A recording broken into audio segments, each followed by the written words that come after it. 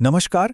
जो भी LNA Mithila university के छात्र हैं, उनके लिए एक बहुत ही ज़रूरी अपडेट आया है, एक नया नियम, और ये सीधा जुड़ा है इंटर्नशिप से। तो चलिए आज इस पूरे प्रोसेस को एकदम आसान भाषा में समझते हैं। तो कहानी शुरू होती है इस एक ऑफिशियल लेटर से। तारीख थी 20 अप्रैल 2026। इसी दिन एक घोषणा हुई और वो थी एक मैंडेटरी इंटर्नशिप के बारे में। अब सवाल ये है कि इसका स्टूडेंट्स पर क्या असर पड़ेगा।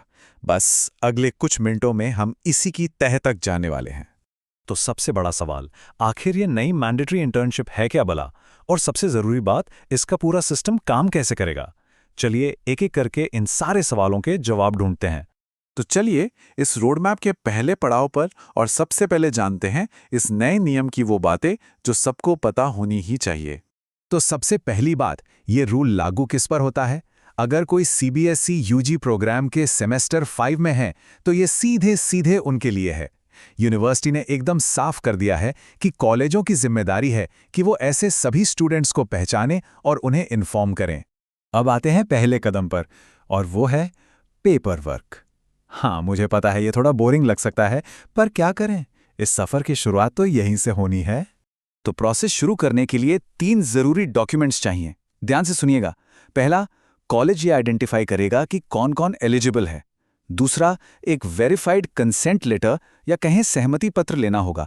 और तीसरा, जिस ऑर्गेनाइजेशन में इंटर्नशिप करनी है वहां से एक ऑफिशियल एक्सेप्टेंस लेटर यानी स्वीकृति पत्र लेना होगा। समझ लीजिए ये 3 कागज ही इंटर्नशिप की ऑफिशियल शुरुआत हैं। अच्छा, यहां पर एक नया टर्म बार बार सुनने को मिलेगा, आईपीओ, यानी इंटर्नशिप प्रोवाइडिंग ऑर्गेनाइजेशन। सीधे साधे शब्दों में कहें तो ये वो कंपनी या संस्था है जहां इंटर्नशिप की जाएगी। और इस आईपीओ के 2 मेन काम हैं। पहला, कॉलेज से मिले कंसेंट लेटर को वेरीफाई करना, और दूसरा, अपनी तरफ से एक्सेप्टेंस लेटर इश्यू करना। सिंपल। तो जैसे पेपर वर्क पूरा हुआ, अब शुरू होता है असली खेल, मतलब असली काम और मेंटरशिप। ये वो फेज है जहां किताबों का ज्ञान असल दुनिया के एक्सपीरियंस से टकराएगा। ये नंबर दिमाग में बिठा लीजिए, 120। जी हाँ, 120। यूनिवर्सिटी ने बिल्कुल क्लियर कर दिया है कि इंटर्नशिप कम से कम 120 घंटे की तो होनी ही चाहिए।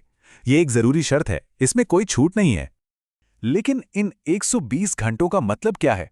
क्या बस ऑफिस जाकर बैठना है? नहीं, बिल्कुल नहीं। यूनिवर्सिटी ने इसे भी साफ किया है।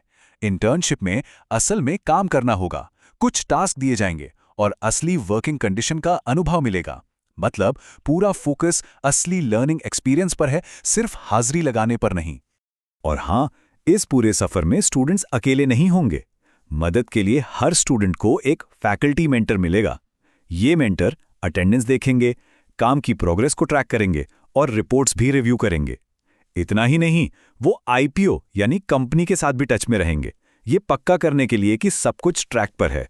चलिए अब इस रोड मैप के आखिरी पड़ाव की ओर बढ़ते हैं, यानी कि फिनिश लाइन और इवैल्यूएशन। अब देखते हैं कि इतनी मेहनत को आखिर परखा कैसे जाएगा। तो 120 घंटे पूरे करने के बाद सबसे पहला और जरूरी काम है एक फॉर्मल इंटर्नशिप रिपोर्ट सबमिट करना। इस रिपोर्ट में काम के बारे में, जो कुछ भी सीखा उसके बारे में, मतलब पूरे एक्सपीरियंस को डिटेल में बताना होगा। और हाँ, ये सब यूनिवर्सिटी के दिए हुए फॉर्मेट में ही करना है। और मार्किंग स्कीम, जरा इस पर गौर कीजिए। फाइनल ग्रेड्स का 70% वेटेज सिर्फ और सिर्फ इंटर्नशिप रिपोर्ट का है। सोचिए, 70%। बाकी का 30% वाइवा या प्रेजेंटेशन के लिए है। तो इससे अंदाजा लगाया जा सकता है कि एक अच्छी डिटेल्ड रिपोर्ट बनाना कितना ज्यादा जरूरी है। तो सवाल यह है कि इवैल्यूएशन करेगा कौन? इसके लिए 2 एग्जामिनर्स होंगे। एक होगा इंटरनल एग्जामिनर, जो उसी स्टूडेंट के कॉलेज से होगा, और दूसरा होगा एक्सटर्नल एग्जामिनर, जिसे प्रिंसिपल अपॉइंट करेंगे। ऐसा इसलिए ताकि जो चेकिंग हो वो पूरी तरह से फेयर हो। अब आते हैं एक बहुत ही जरूरी सवाल पर। आखिर एक इंटर्नशिप को वैलिड या मान्य क्या चीज बनाती है?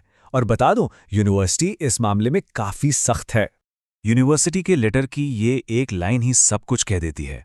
लिखा है, इस तरह के जुड़ाव के बिना केवल प्रमाण पत्र जमा करना वैध नहीं माना जाएगा। मतलब एकदम सीधा और साफ। ये एक सीधी चेतावनी है कि सिर्फ सर्टिफिकेट जुगाड़ लेने से काम नहीं चलेगा, असली काम का एक्सपीरियंस होना ही चाहिए। और इस पूरे प्रोसेस को कितनी सीरियसली लिया जा रहा है, इसका अंदाजा इस बात से लगाइए कि यूनिवर्सिटी ने कॉलेजों को हर चीज का रिकॉर्ड मेंटेन करने को कहा है। कंसेंट लेटर से लेकर acceptance letter, completion certificate, internship report, सब कुछ। हर एक डॉक्यूमेंट को संभाल कर रखा जाएगा ताकि बाद में कभी भी उसे वेरीफाई किया जा सके।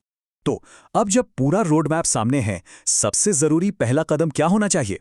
मेरे ख्याल से सबसे पहले अपने कॉलेज से कांटेक्ट करना चाहिए और इस जरूरी सफर की तैयारी में आज से ही जुट जाना चाहिए।